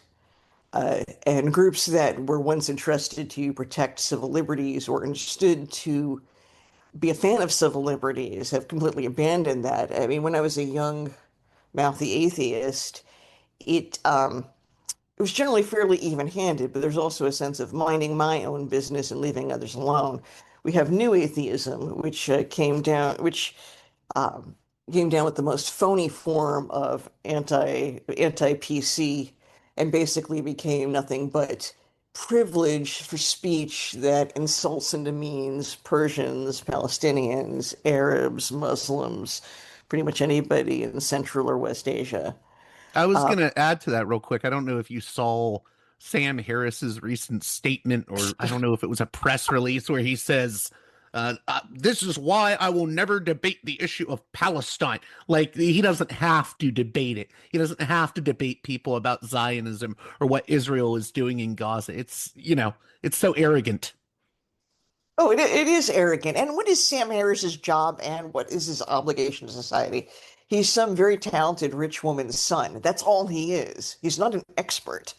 He's not an expert at comparative religion. He's not an expert at foreign policy. I'm not actually sure what Sam Harris does or what his original job was. I mean, I'm sure he had one time. It says with like with Jordan Peterson or with who's the crazy uncle of the West, Richard Dawkins, and some of these others. They probably had jobs or professions at one time. No one remembers. They're just professional loudmouths. And I use the very artless term loudmouth because they are very artless. Being liberally educated in the West doesn't mean very much. I mean, anyone with enough grit or is willing to sell themselves in some way can find a degree. It's not that hard, even if you come from, well, maybe if you come from crushing poverty or from historically oppressed groups, but it doesn't indicate expertise, and it certainly doesn't indicate wisdom. Many of the best people I've worked with in my area are people who may have gone to community college a couple semesters at best. Something I also wanted to cover, and this is aside from the free speech issues, is the way that antiwar.com is set up. Because I remember when I was growing up, people would say to me, "Oh, that antiwar.com, it's one of those moonbat left-wing sites." And I would say it's run by libertarians and sort of paleo-libertarian voices. What do you mean? And but what's interesting to me is you do carry some left-wing voices on the antiwar.com blog, like Brett Wilkins, and you always keep it on issue. The sort of editorial line is, we are about reporting on U.S. foreign policy and wars all over the world and taking an anti-war stance. You guys don't get caught up in like culture war debates or things outside of the anti-war sphere. How important is it for you and others at antiwar.com to, just stay really focused on that issue, and to also hear from both left and right-wing voices on the issue of war and peace and coming together on that single issue? Well, I mean, for us, it's very much our thing. I mean, we're not trying to convert people to libertarianism. I mean, it's great if you want to become a libertarian, and I apologize, there's going to be staff and people pinging in the whole time, without me being turning off all the damn sounds. The it, it's extremely important, and occasionally when we do get someone who goes off on a culture war tangent, I usually have to do my balance, the balancing act, because it is the anti-war movement itself, while small, is very loud, very strong, and it's extremely diverse. And I'm not going to pretend. I'm not going to make various people feel unwelcome, whether it's people of faith, or just now, of course, in the culture wars, it's June, so everyone's obsessed with people in the LGBT category, even though that category is just made up of individuals. It's not. We don't have group meetings. Um, so that's an example of where, for example, people going off on matters that have to do with these issues that don't have an immediate connection to the war issue. But also remember that in the early days of protesting anti-genocide, the vast majority of people 2 and a half years ago, who were protesting were young people with piercings and funny colored hair and neo-pronouns. And since they were the ones who were willing to take the risk, they're the ones who received the most beatings and abuse from cops. They were the ones who received the very, very public denunciations, whereas teens or young adults, that they would never be allowed to have jobs anywhere because people who were Zionists, to me, Zionism is just a fancy form of white supremacy. It's not in itself sacred, but it is so prevalent, and it is one of the primary drivers of some highly deviant behavior, far more deviant than somebody going, with some kooky pronouns or, or having a gender display that's not easily read. Not that it matters. Clothes don't have gender. Clothes are just clothes. But we just in the liberated space, you know, labels are for food, closets are for clothes. These are things that probably shouldn't matter, but we have people who are of traditional faith. Now, we've always had, by the way, people involved with paleo-libertarianism who are people of faith and very straight-laced in their own life, who've never actually had any problems with, they never bring up these issues. It seems to me it's a younger group, and some of it coming that kind of crash into the libertarian movement, some of these alt-white or alt-right types that have wandered in, who have tried to they want to use the anti-war issue as cover for their own insane racism. That's a very small amount of people. It's it's a group of people that has less and less influence in the libertarian movement all the time, which is reorganizing and hopefully will correct course. Everybody at antiwar.com is a different kind of libertarian. We're all libertarians, we're all anti-state, but the expressions of that or the moral basis for that are all different. We have some people who are bedrock atheists. We have other people who are, who are serious Catholics. A variety of kinds of people. So we all have different takes on these issues if we were called to ask. But the thing is, we're just, there's a million other people who can give you libertarianism 101, or who can give you, or who can take different positions on the culture wars. The culture wars aren't the same thing as, finding little Palestinian girls kind of hung by hooks because of the way they blew out the window. When I say they, I'm using the passive voice as the victim flew herself out the window. Every one of those is killed by an Israeli or an American in some form. Every one of those children you find shredded up. That's a very different thing than, let's say, oh, I didn't wear a top at a pride parade. And so when judging people, I'm certainly looking at things like, can you rationalize the murder of children? Can you rationalize the murder of their grandparents? Can you, seeing young Palestinian men wandering, in a daze, who haven't eaten in months and don't know where the hell they are and don't know where their families are, and thinking to myself, this is something we did. And when I say we, I mean, I may be saying you and me, but that's only because we, are forced, our money is taken from us. Now, in the literal sense, no, it's not used for the war. Obviously, the Federal Reserve has its meaning, and is its own creation that decides who gets money and who doesn't, who's wealthy and who isn't, and make sure that all the wars will get paid for, even if people are, even if we have, let's say, 1 million homeless men in the U.S. Well, I guess what I was asking you is do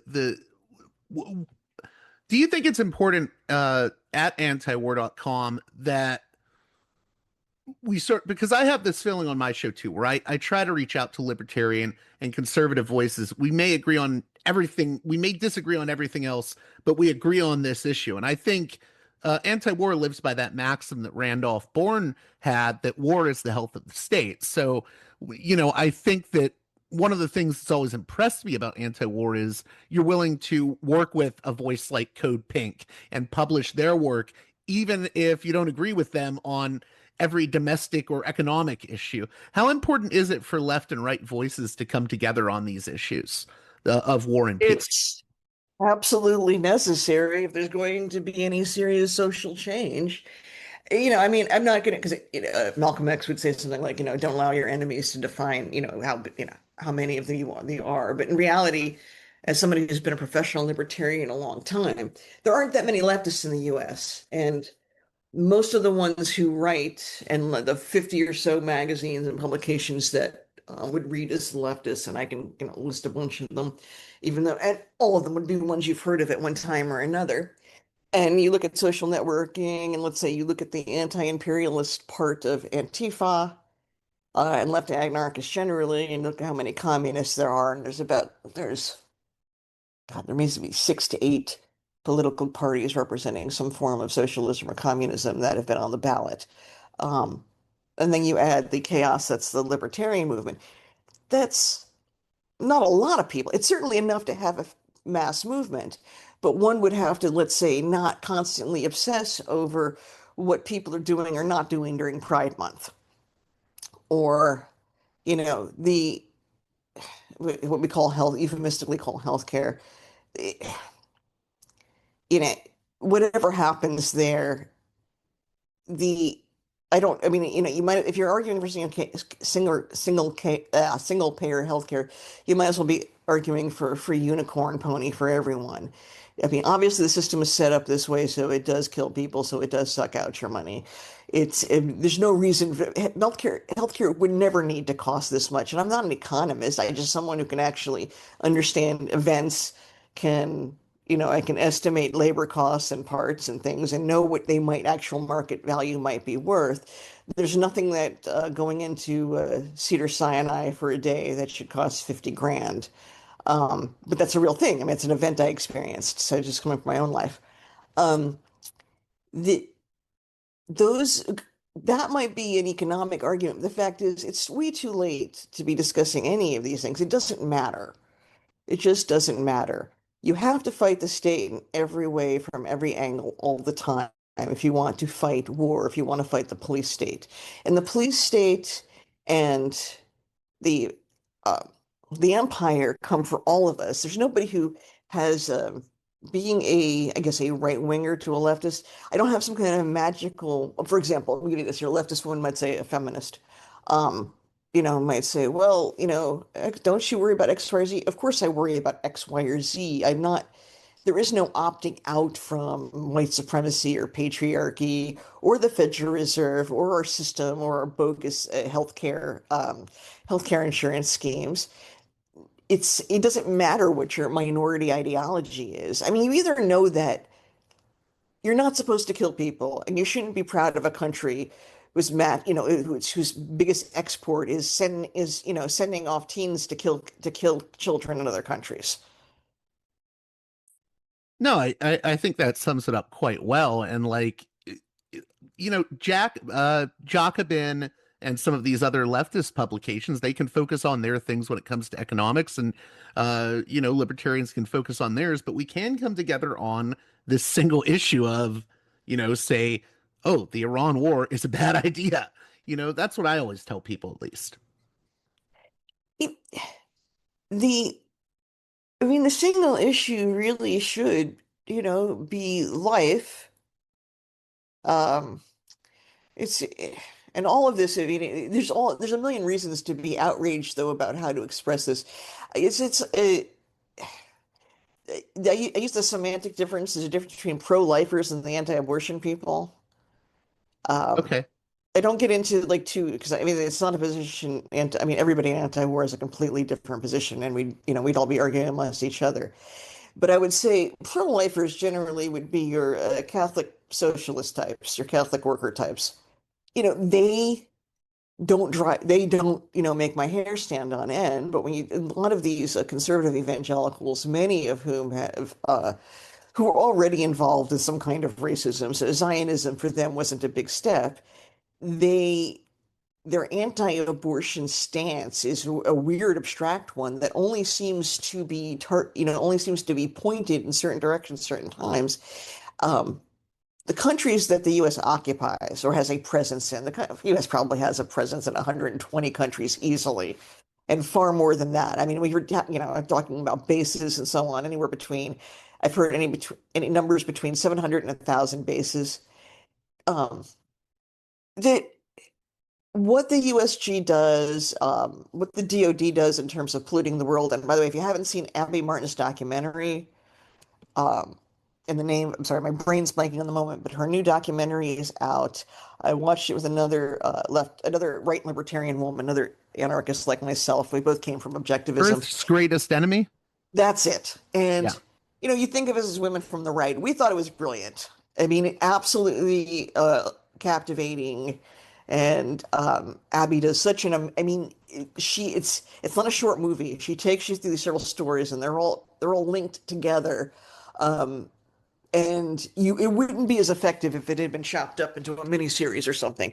When you leave that theater, you are so angry at the DoD. And I guess what I'm going back to with the pro-life thing is that the Department of Defense has poisoned the atmosphere. It's poisoned land all over the world. Iraq, how many years later, women still having miscarriages, and they're having deformed, defective babies. Maybe that's not the right word for it, but You um, can't be pro-life if you're supporting this kind of war state. no, how could you possibly be? And I don't think there's enough challenge on that.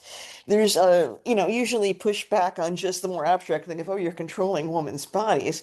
It's more aggressive than that. I mean, they're actively killing it's as if they don't want non-American babies to be conceived. And when I say American, I'm talking about North American babies. Obviously babies in West and Central Asia don't count. And I'm motivated. I mean, and all this is true, by the way, whether it's Africa or Latin America, or in the rest of Asia. I mean, we're just right now, because it's just so brutal at the moment. But it is the U.S. It is the U.S. occupation of Palestine.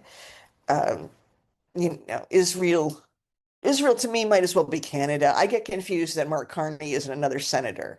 And it all kind of, now that I've gotten older, is all smushed together in my head, all these people, because they're all the same people. And it's the same government. And I'm paying taxes. When I say paying taxes, I don't pay the taxes. The money's just taken from me. It's taken from me whatever I buy. If I buy something, if I were to have land, if I were to, in theory, have land, there is no land ownership. We all pay taxes on it. The banks own the houses. And all my country does is kill people. So I don't know what it is I'm supposed to be for. I don't know what I'm supposed to be proud of. It just was Flag Day the other day. I couldn't give a flying flip. Um, when Memorial Day happens, I'm just sick to my stomach. It's a barbecue on the bodies of all the dead, on the dead of, America's poor, on the dead, who fed off the bodies of poor people and the oppressed all over the world. So, um, yeah, even though I've taken a long break from activism, now that I'm just kind of slowly coming back into it, I'm sure I will find situations where I will um, I will come once again head to head confronted with power. I mean, antiwar.com was the subject of a DOJ and FBI investigation. And I after a wanted long to, that's what I was going to ask you about right now, actually. yeah. You literally read my mind, Angela. Well, Eric and Justin won, and Justin did not get to see the final disposition of the case, which is a shame. And more than ever, and let's see, a week from now, Justin will have been gone 7 years. And oops, I'm not gonna get all teary-eyed on the show, but Eric Garris, our boss and our founder, and he co-founded with Justin and Alexia Gilmore and Colin Hunter, all from the Libertarian Party's Radical Caucus. And they were, they worked directly underneath Murray Rothbard until the big split in '83. Um, Eric, our boss, has always had a file since he was 17. He was a red diaper baby. And Justin met Ayn Rand, he must have been 14, and she told him that he was a genius, which was the beginning of a whole libertarian chapter of itself. But that court case was very, very important and very grateful. I know people have mixed feelings about the ACLU, but extremely grateful to the ACLU for taking that case because people put so many work hours into making that victory happen. Well, And it was a for victory for people all that of them. don't know, what was the case about? I mean, they were spying on anti-war editors. Right. And I mean, they were spying on, Justin was writing things on 9/11. He wrote some things ancillary to 9/11. Now I can talk about them more freely. The culture's changed so much, but we can talk about the Israeli art students. And when I get back to Los Angeles, I'm going to try to get some more of Justin's work on 9/11 distributed out to as many people as possible for free, if I think I can budget that, because I want to, now that the world's more comfortable about talking about the occupation of Palestine, that the spying goes back to is what it always goes back to, in this case 9/11, but everything is about the protection of the empire, Israel being the crown jewel air base in that. It's not that Israel itself is any great shakes, but it's the USG's most important air base to protect their insane ideology and oil and resources, and to keep everyone in line. In the great blessings of classical liberalism, which turned out to be just a soft shell fascism. But the case, there was spying, and as soon as the ACLU found out, they took the case immediately, and it had to go through several stages. But if you look in the files, the files had very bizarre things about Justin. I mean, things that, if you could have you could have just looked on his wiki page to find some of these things out. They didn't take great investigation, but it was mostly just questioning. It basically comes down to this guy, this is gay Sicilian guy, asks too many questions about Israel. And that's what it came down to. And no, you can't special investigate. I had libertarians trying to make excuses for me why it was okay for the FBI to initiate that in the first place. No, this is the US. We have the First Amendment here. I don't care if your dad's a cop or how you feel about your special imaginary ethnicity, and all ethnicity and religion and race is bullshit to begin with anyway. So I have very little time for it, and I see how much destruction these categories cause. So the story that got Justin in trouble was the Israeli art students. That involved these young, people that were saying they were Israeli art students, young Israeli nationals in the early 2000s who were, I guess, spying on the U.S. or infiltrating. Yes, Okay. they were definitely spying. And in fact, I will do my best. Let me see if I can find. I was going to, and I will send you this link if it's helpful. I'm trying to find it again, but um, Justin wrote a short book on 9/11 many years ago, and it definitely had trouble. I mean, there's only so many places you can, publish them, and it's really only like far, you've got the hard left and some crazy right-wingers. I mean, it's a very small people who are really willing to go out there. And you mentioned Jacobin earlier. I'm sorry, I'm barely speaking. The Terror Enigma is the book, and that's the book I want to try to get out to as many people as possible. Because now that we can talk about those things, I used to describe it as issues ancillary to 9/11, because people, as soon as they hear the word Israel, they go nuts. And that's, it's just, Justin Raimondo was anti-Zionist at a time when it wasn't fun. And I think about all these men who've suffered, like the late Toady Jute or Norman Finkelstein would be a great example. And there's so many men and some women whose careers were completely destroyed by being openly anti-occupation, anti-apartheid, anti-genocide, and they're heroic. And people like to talk a lot of nonsense about Justin still in these days. So, is there anything I missed in closing that you wanted to mention? Anything you want to plug? And Oh, I need to plug everything instead of ranting. And I want to thank Red Bull and Xanax for this clarity. Uh, and so this is what I need to plug. First off, right now, look, Syria and Lebanon, you need to be on top of these things. Just type in jasonantiwar.com. Okay, you're going to get everything Jason writes. Jason writes on all of that all the time. That's Jason Ditz. Yeah. Yes, and Jason's just, in fact, I'm trying to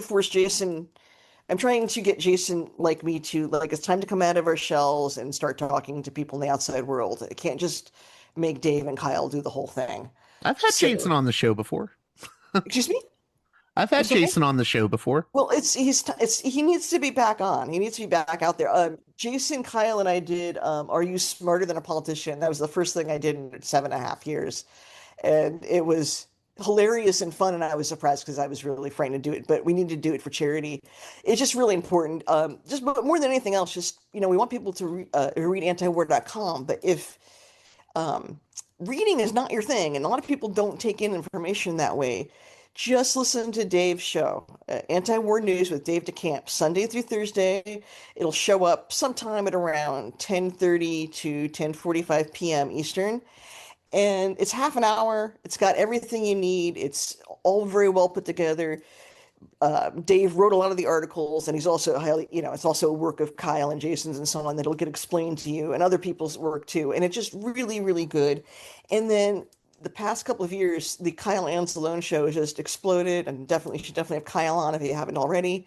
I've had Kyle on multiple times. I have Kyle and Dave on. One of the things I'm grateful about, this is just an aside, is that everyone in anti-war, even if their show has really exploded, like Dave has really exploded in notoriety and just people being aware of his work, he'll still make time to come on this show. I don't know any of this. How, you know what it is?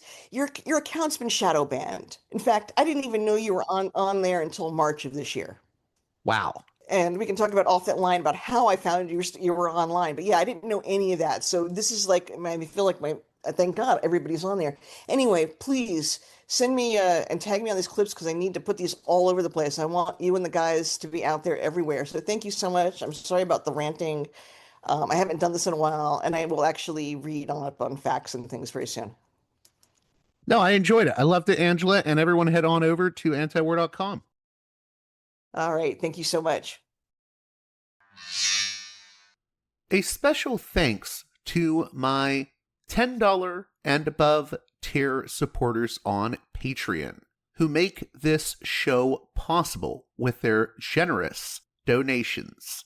Producers credits shout out to those supporters: Aaron, Fabian, Jeremy, Matt, Big Bob's Beepers, James, Enoch, David, Sadad, Tristan, Bob, Eva, Miriam, West Bank Robbery Pod, B. Lund, Transnatural Perspectives Podcast, Dan, Nick, Elliot, Fabian, Tom, Arlen, Bo, Spartacus, James, G, Jamie, Will, JC, WV, Sutra, Orc, Catherine, Aaron, Darko, Nathan, Holland, Dan, Mark, Chase, Olm, Gary, Nobody, Emilia, Nick, Brace, Michael, and Brian. Please join those listeners in supporting me at the $10 and above tier of my Patreon page, patreon.com/Parallax Views, if you'd like your very own producer's credit on each and every edition of the program. Until next time, you've been listening to Parallax Views with Parallax Views to Parallax Views with Parallax Views. The way out is not simply to say, don't do it, just to prohibit. If nothing else, if we don't do it, others will be doing it like crazy. So, we have to confront the problem. But no, basically, I know of the great anxieties, problems, new forms of control, but it's also new forms of freedom. This is why I always emphasize that internet and all this new digital stuff, it's a very ambiguous phenomenon, but it's the field of struggle. New forms of enslavement, but at the same time, new incredible forms of freedom. We have to accept the fight with no nostalgia for old, allegedly more authentic communities or whatever. I'm not afraid. I'm not afraid. I'm not afraid. I'm not afraid.